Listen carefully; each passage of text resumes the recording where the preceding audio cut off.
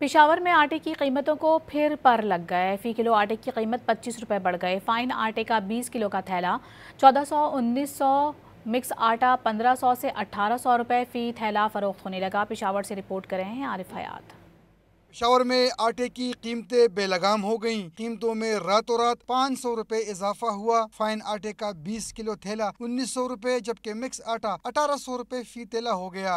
खरीदार आटे की कीमतों में अचानक इजाफे पर बरहम हुए। गरीब आदमी क्या करेगा जी?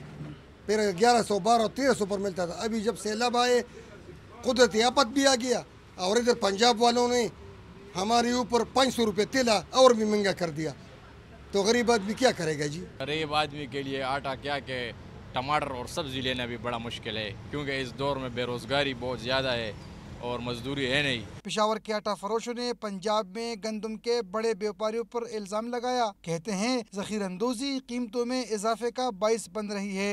साकिस माफिया, उन्होंने गंदम को ज़ख़ीरा किया हुआ है, उनके पास वही पुराने रेट का गंदम पड़ा हुआ है और अभी वो 7,500 रुपये में 100 किलो गंदम बेच रहे हैं।